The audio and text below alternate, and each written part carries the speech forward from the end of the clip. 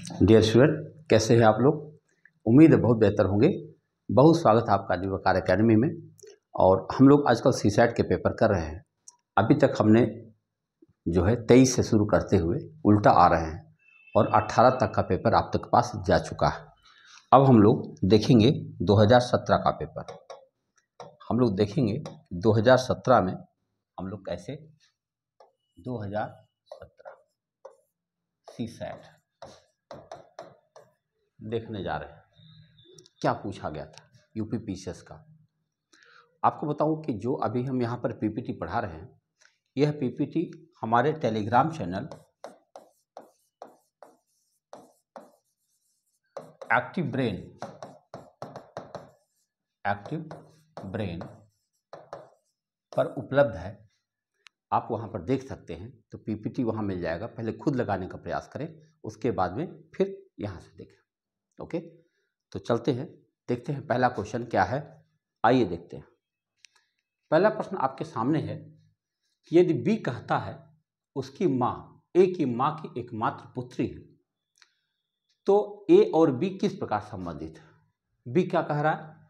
B कहता है कि उसकी माँ यानी कोई बी है और इसकी कोई माँ होगी, माँ ए के माँ की एकमात्र पुत्री है। अच्छा, ए के माँ की पुत्री है, ये पुत्री है ए के माँ की, ए के माँ की पुत्री है, यानी ये दोनों भाई बहन हुए। और अगर बी के माँ का भाई है ये, तो बी का कौन हुआ?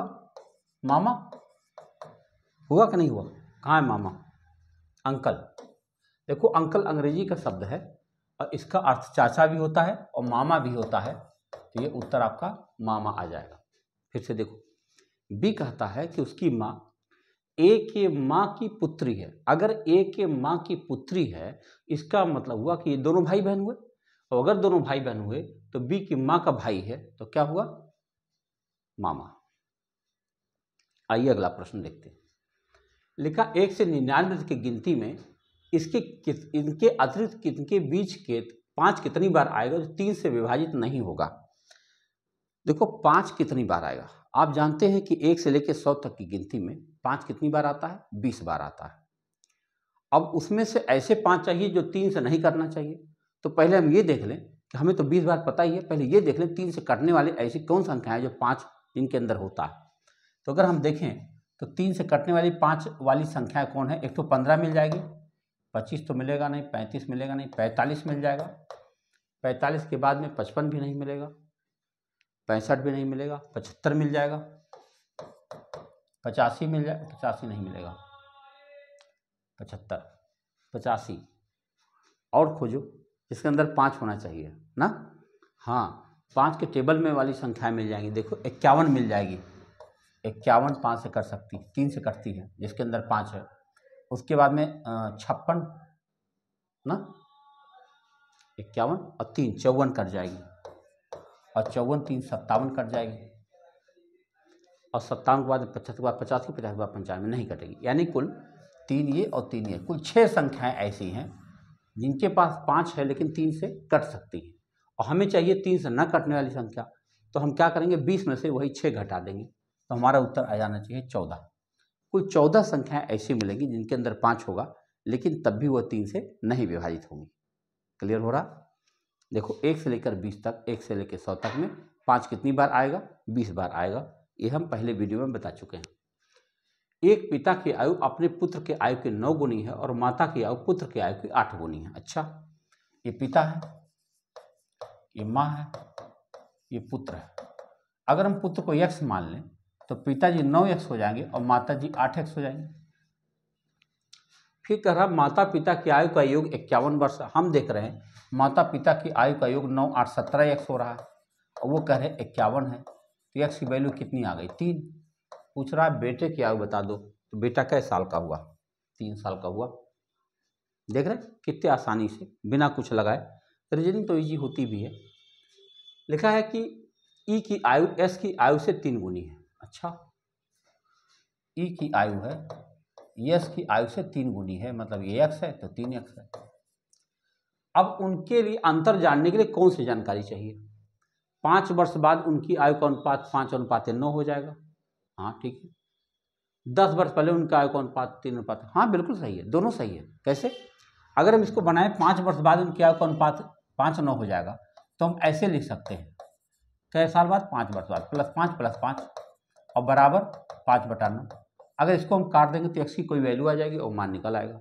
अगर 10 साल पहले चले तो फिर से देखो 3x/x और -10 और तब अनुपात हो जाएगा 3:1। इसको काटे तब भी x की वैल्यू आ जाएगी, यानी दोनों हमारे मान सही जा रहे हैं। तो हम क्या कहेंगे, 1 और 2 दोनों में क्या है, कौन सी जानकारी पर्याप्त है।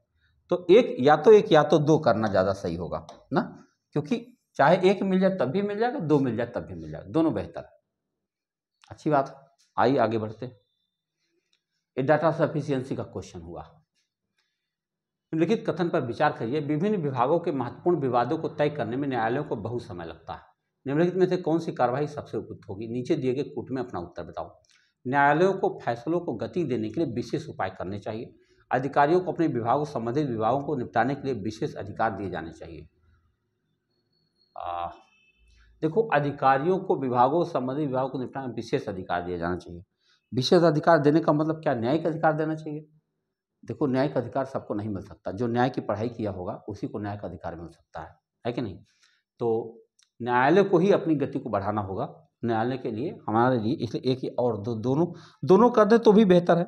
बहुत छोटे मोटे झगड़े लेकर जाने क्या मतलब हुआ, है कि नहीं?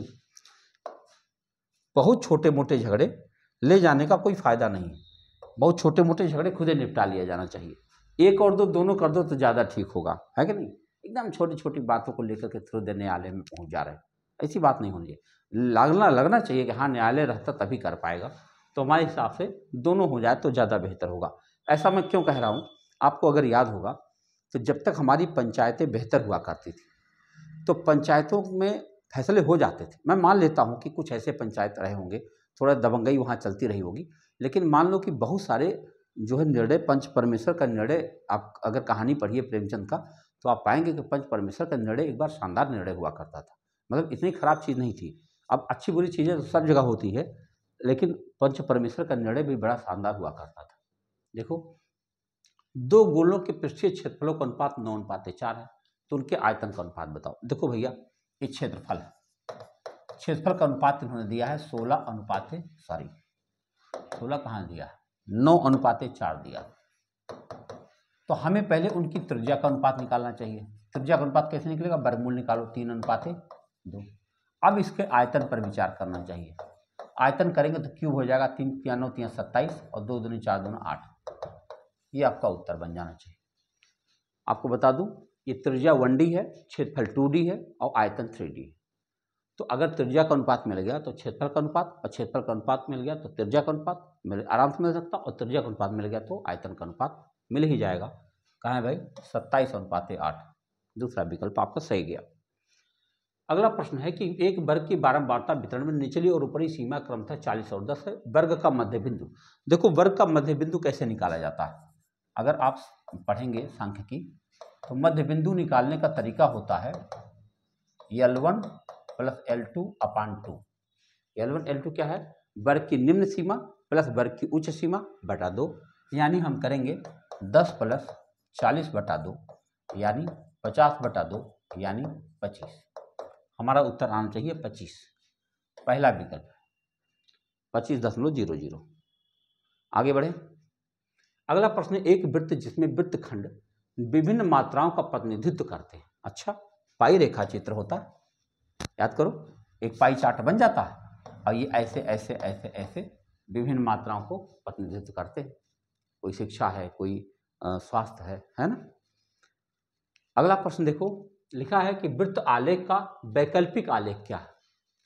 हाँ, ये बहुत अच्छी बात है। आयताकार आलेख, गोला कोई नहीं, चरण दंड आरेख, ये सही है। देखो भैया, ये जो वृत्त आरेख था, इसको जैसे मान लो कि यहाँ पर 20 है, यहाँ 10 है, यहाँ 5 है, यहाँ 12 है, तो इसको हम दंड आरेख में भी दिखा सकते हैं कि अगर हमने दिखा दिया 20 है, फिर ये 10 है, फिर ये 5 है और फिर ये 12 है ना, दिखा सकते हैं।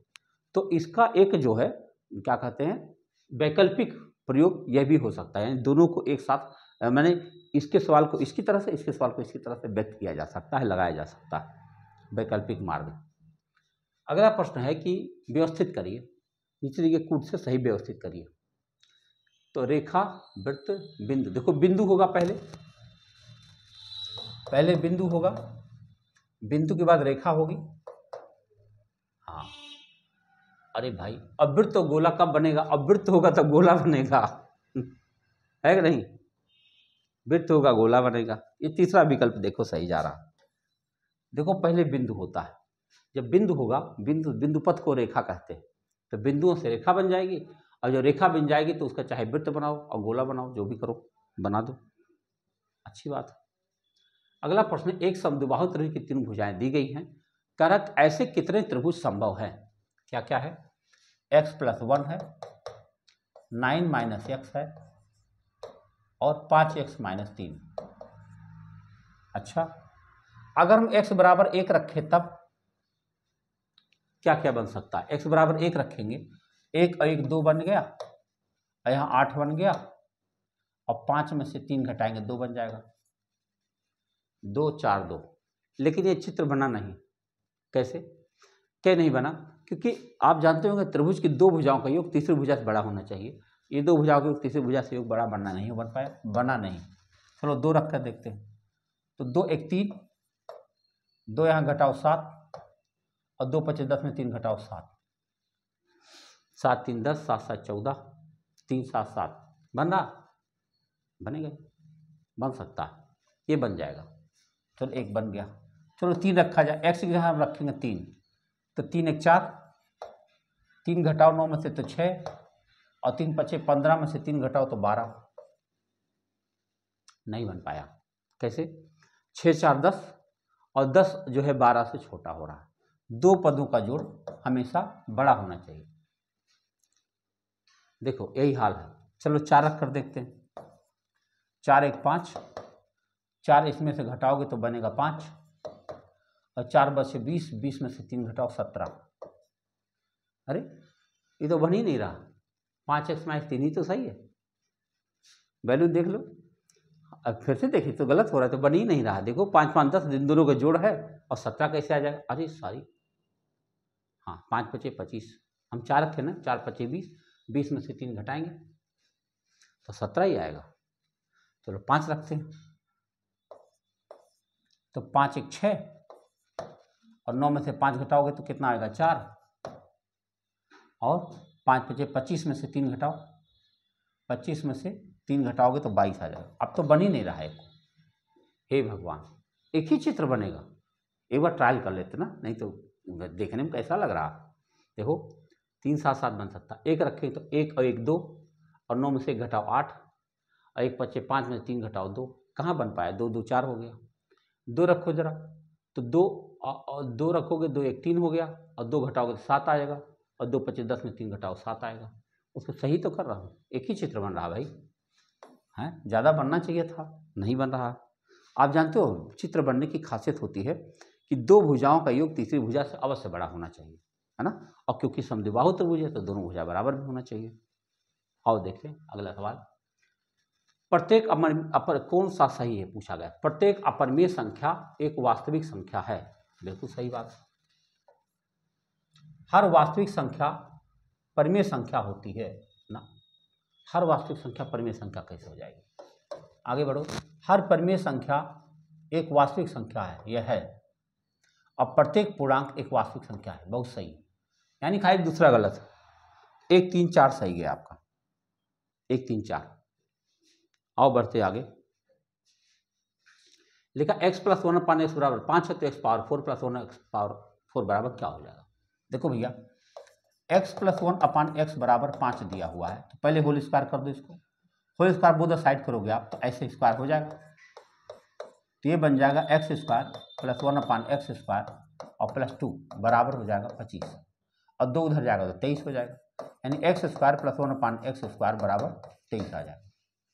अब एक बार फिर से स्क्वायर करो, क्योंकि हमको पावर 4 चाहिए, तो हो जाएगा x पावर 4 + 1/x पावर 4 और +2 बराबर 529, और 2 उधर जाएगा तो घट के 527। कहाँ है?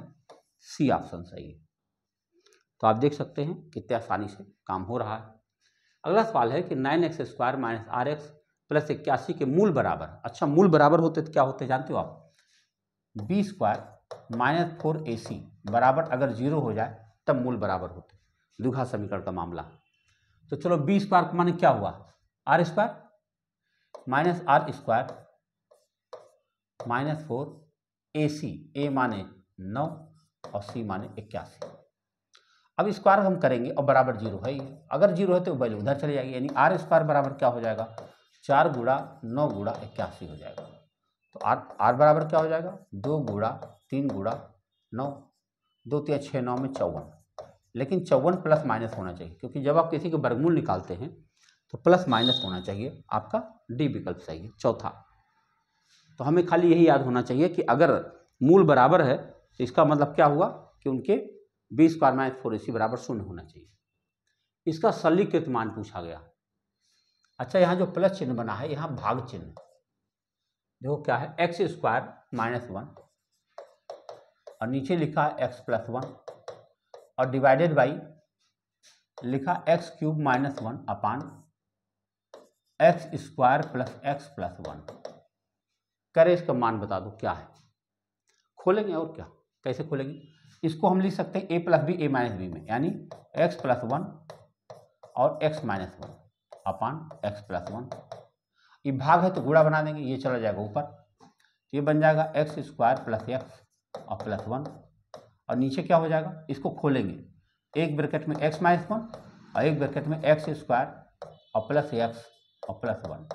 आओ काटा जाए, ये पूरा का पूरा इससे कट गया, ये प्लस का प्लस से कट गया, ये माइनस का माइनस से कट गया, कुछ नहीं बचा। क्या आ गया?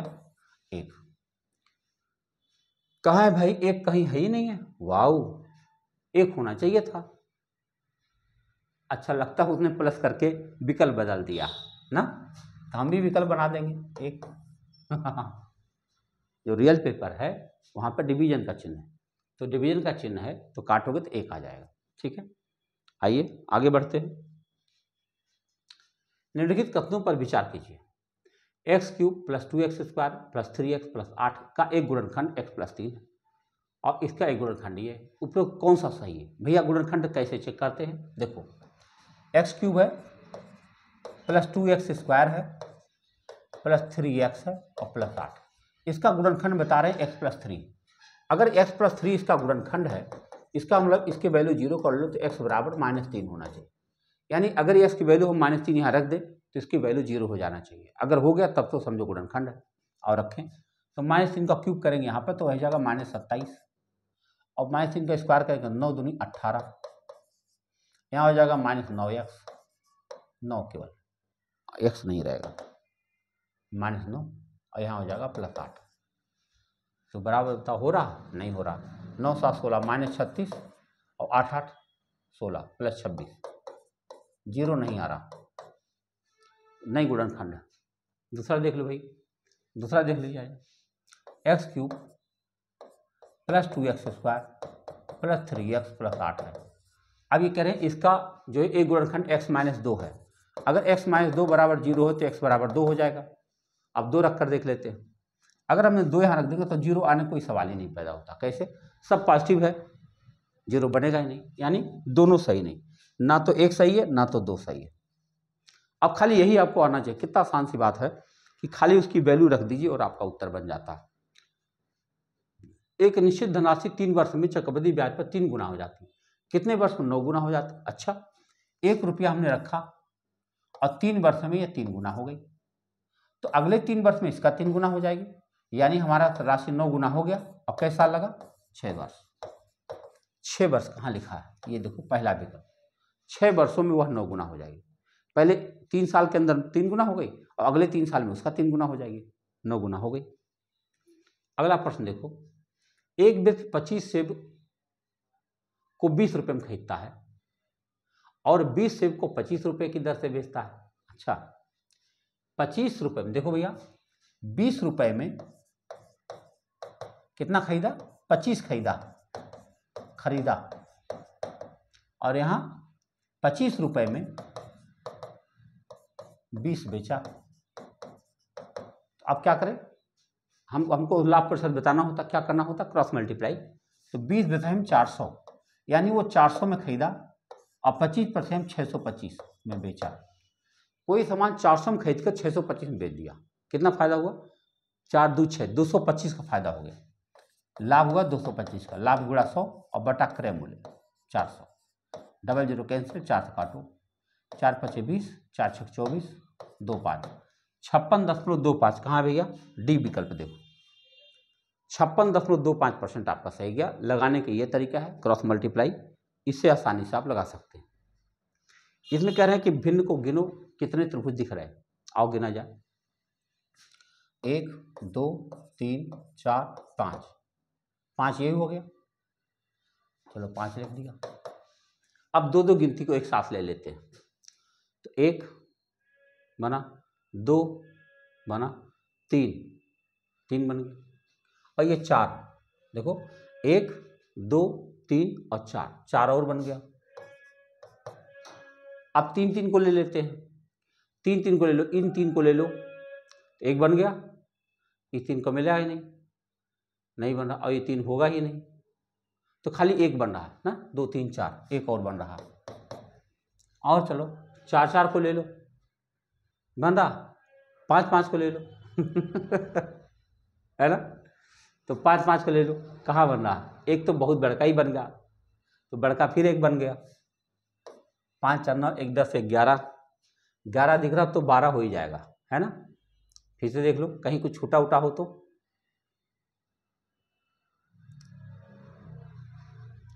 देखो 3 यहाँ हो गया, ठीक है, और 3 यहाँ हो गया 6, और 3 यहाँ हो गया 9, ठीक है, 9 के बाद में 10 हो गया, उसके बाद 11 हो गया, और 12 हो गया, 12 हो गया भैया, 12।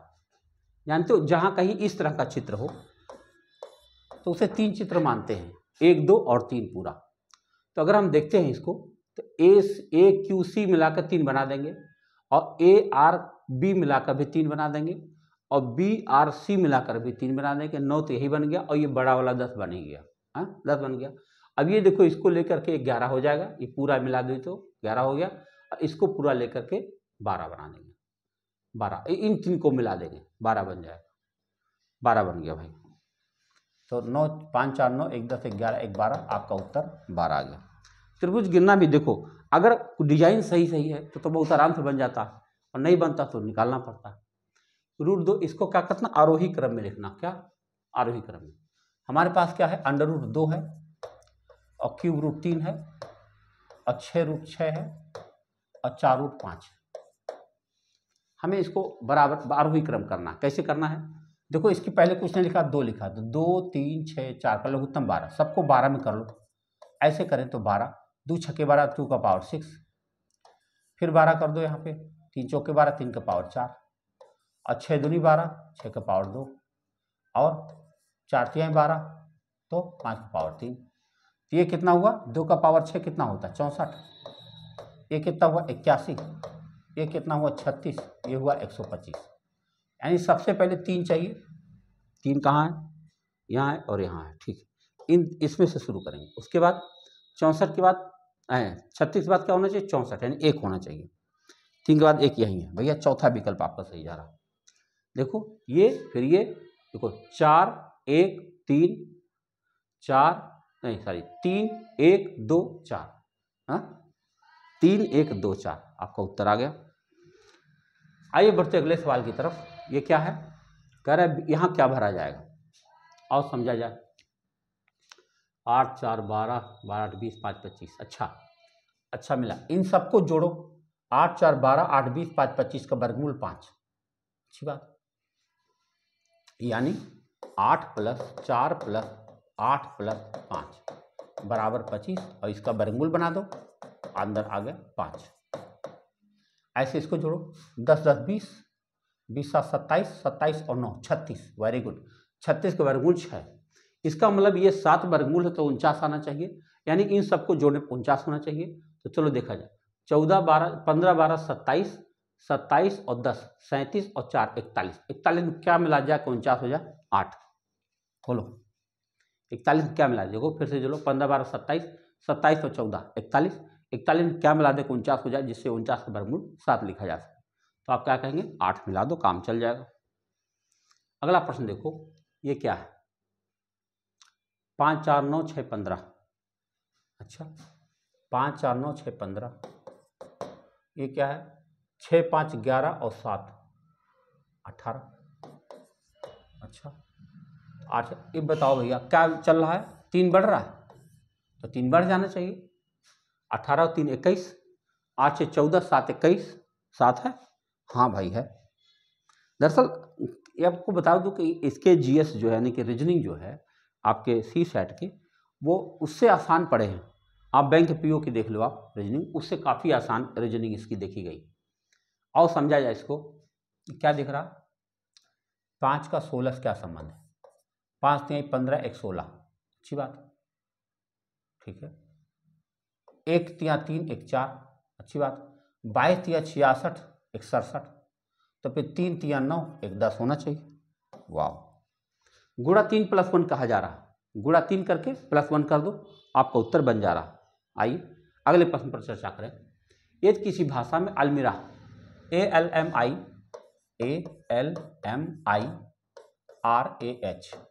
को लिखा गया है BNPMWGO, तो हमें बताना है DNR